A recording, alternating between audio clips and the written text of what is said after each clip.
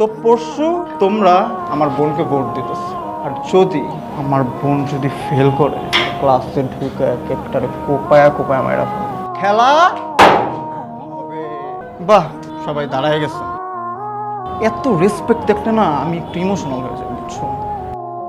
থাক, এত কষ্ট করা লাগবো না।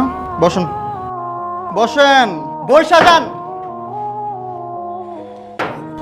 আপনারা হয়তো ভাবতেছেন যে আমি কই থেকে টপকে আসলাম, তাই না? আমার কাজ কি, আমি কে? এ সাথী, বলছিলাম না আমি আসবো, আসছি। আপনারা এভাবে ক্লাসে ঢুকছেন কেন? বসেন বসেন কেন কেন বসবো? বসুন বসুন বস। শোনো, আমি তোমাদের স্কুলে কোনো মাস্তানি করতে আসিনি।